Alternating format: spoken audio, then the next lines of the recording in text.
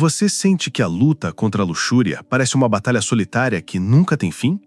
Como se, por mais que você orasse, por mais que tentasse resistir, algo mais forte sempre puxasse você de volta?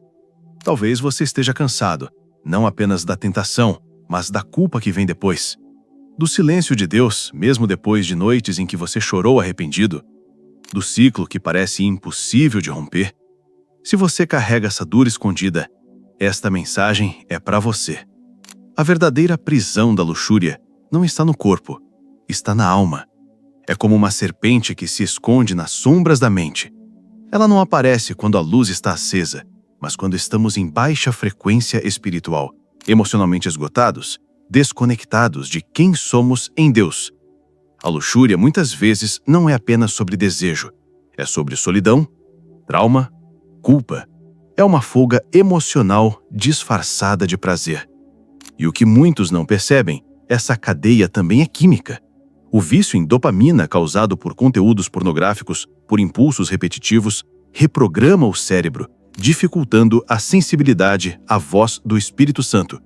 A disciplina espiritual se enfraquece, a oração vira um castigo e o coração se afasta. Mas você não foi criado para viver em guerra com o próprio corpo. A palavra não veio para condenar, mas para curar. E hoje, juntos, vamos abrir 7 versículos que podem começar a quebrar esse ciclo, não com força, mas com verdade. Nem sempre a luxúria começa com desejo. Muitas vezes ela nasce de um vazio que você nem sabia que estava ali. Uma dor antiga, uma solidão esquecida, um silêncio emocional que você aprendeu a calar com prazer momentâneo. E de repente, o que era só uma distração vira um esconderijo. A luxúria se transforma em uma anestesia emocional. Ela silencia o trauma, mas também silencia a cura. Você já se pegou fugindo de si mesmo, dentro de um prazer que depois vira culpa? A Bíblia diz: guardei tua palavra no coração para não pecar contra ti. E por que o coração? Porque é ali que se escondem as feridas que nos tornam vulneráveis à tentação. A palavra não é um castigo, é um espelho. Ela revela não só o erro, mas o que está por trás dele. Luxúria não é só sexo, é quando usamos qualquer prazer, seja imagem, fantasia ou toque, para escapar de sentimentos que não suportamos enfrentar. E quanto mais fugimos, mais nos isolamos, mais nos desconectamos. Confundimos liberdade com impulsividade. Mas nem tudo que é livre, liberta. E eis a metáfora. A anestesia impede a dor, mas também bloqueia a cura. Enquanto você continuar amortecendo o coração, vai confundir alívio com libertação. Talvez hoje seja o momento de perguntar: que dor você está tentando calar com prazer? Você já orou pedindo perdão, mas no fundo sentiu que estava apenas se punindo? Para muitos, a oração depois de uma queda não é conexão, é penitência. Um ritual de culpa, como se Deus precisasse ser convencido a amar de novo. Mas isso não é arrependimento, é medo. A ciência já confirma. Quando oramos movidos apenas pela culpa, o corpo libera cortisol, o hormônio do estresse, e ao invés de paz, sentimos mais tensão. A mente se fecha, o coração se retrai, e a presença de Deus parece ainda mais distante. Mas Jesus disse: se o Filho vos libertar, verdadeiramente sereis livres. A liberdade não vem quando você tenta se consertar para agradar a Deus. Ela começa quando você se entrega para ser curado. Você não precisa se autoflagelar para ser amado. Você só precisa parar de fugir. Experimente uma nova forma de oração. Não peça para ser limpo. Diga: Senhor, mostra onde estou ferido, restaura onde fui quebrado. Esse é o início da autorreconciliação, quando a oração se torna um retorno ao colo do Pai, não uma prova de que você merece perdão. O que está impedindo sua libertação não é a queda, é a forma como você se levanta. Você já percebeu como o ciclo da luxúria sempre se repete da mesma forma? Expectativa, estímulo, culpa, repetição. Esse padrão vicia, não apenas o corpo, mas a alma. E o nome disso é dopamina, o neurotransmissor do prazer. Mas aqui vai algo que talvez ninguém tenha te dito. Essa batalha é muito mais espiritual do que química. Romanos 7,19 expõe esse dilema, pois o que faço não é o bem que desejo, mas o mal que não quero. Esse eu continuo fazendo. Você quer se libertar, mas repete. Quer se afastar, mas retorna. Isso acontece porque o cérebro, ao ser alimentado repetidamente com o mesmo estímulo, passa a acreditar que aquilo é o verdadeiro prazer. Mas aqui está a chave. O que se repete com consciência pode ser reprogramado. A neuroplasticidade, no fundo, é o que a Bíblia já dizia: transformai-vos pela renovação da vossa mente. A repetição da palavra cria novos caminhos, novas escolhas, nova liberdade. Experimente isso. Escolha um versículo, ancore nele. Quando o impulso vier, interrompa. Leia, respire, declare. É como um rio que cava um novo leito. A água precisa de direção, não de repressão. O mesmo vale para o desejo. Direcione-o para o alto. Você já tentou vencer a luxúria só com disciplina e mesmo assim falhou? Talvez você se culpe por não ter força suficiente. Mas aqui está a verdade. A força de vontade é limitada.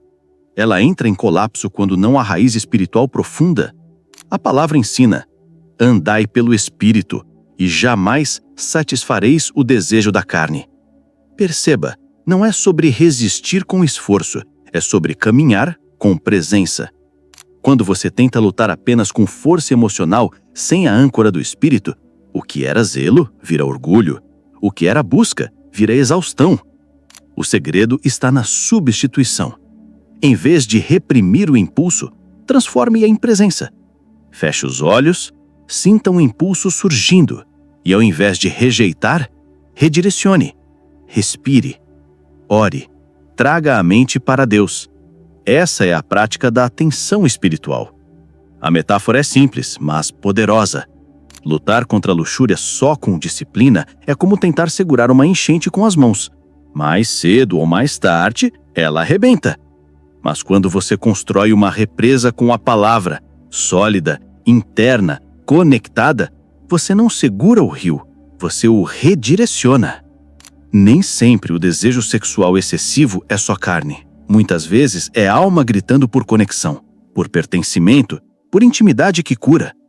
A luxúria, quando não compreendida, vira rótulo de impureza. Mas na raiz, ela pode revelar algo mais profundo.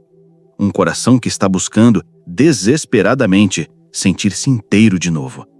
A Bíblia diz: fugi da imoralidade sexual. Vosso corpo é templo do Espírito Santo. Esse versículo não é uma ameaça, é um lembrete. Você é casa, morada de Deus, sagrado, valioso. Mas quando o Espírito Santo se afasta, não porque ele queira, mas porque não damos espaço, o vazio se instala e a alma tenta preencher com o que é fácil, rápido, visível. Só que estímulo físico não sacia buraco espiritual. A restauração começa quando você entende que Deus não quer só curar seu comportamento, Ele quer devolver sua dignidade emocional. Pense na alma como uma harpa. Cada ato desconectado da verdade desatuna suas cordas. Mas o espírito, ele sabe afinar o que foi desajustado. Ele sopra sobre o que foi calado. A luxúria é um sintoma, mas a causa talvez seja a saudade que você sente. É de Deus. Você não precisa viver caindo, confessando, caindo de novo. Existe uma maneira de romper esse ciclo, e ela começa com consciência espiritual aplicada no momento da tentação. Aqui está uma técnica de 3 etapas que tem ajudado muitas pessoas. Etapa 1. Interrupção. Antes que o impulso tome controle, pare, respire, feche os olhos, interrompa o piloto automático. Etapa 2. Substituição. Tenha um versículo pronto, algo que te traga de volta para a verdade. Leia em voz alta e faça uma ação concreta. Beba água, caminhe, ligue o louvor, mude o ambiente. Etapa 3. Ancoragem. Declare: eu sou filho de Deus. Minha identidade não está na minha falha. Essa frase, com fé, cria raízes no espírito. Transformai-vos pela renovação da vossa mente. Cada escolha consciente fortalece o córtex pré-frontal, a parte do cérebro que decide. A fé fortalece o pensamento fortalece a ação. O testemunho de um jovem que ficou 90 dias limpo usando o Salmo 51 todos os dias mostra, não é mágica, é entrega contínua. Você chegou até aqui. Isso já diz muito sobre o seu coração. Talvez você ainda lute. Talvez caia. Talvez chore escondido, pensando, será que Deus ainda me ouve? Davi caiu, mas foi depois da queda que ele escreveu os salmos mais profundos. O Salmo 51 não nasceu da força, nasceu da rendição. Ele não pediu bênçãos, ele clamou por misericórdia e encontrou Deus não no trono da vitória, mas no chão do arrependimento.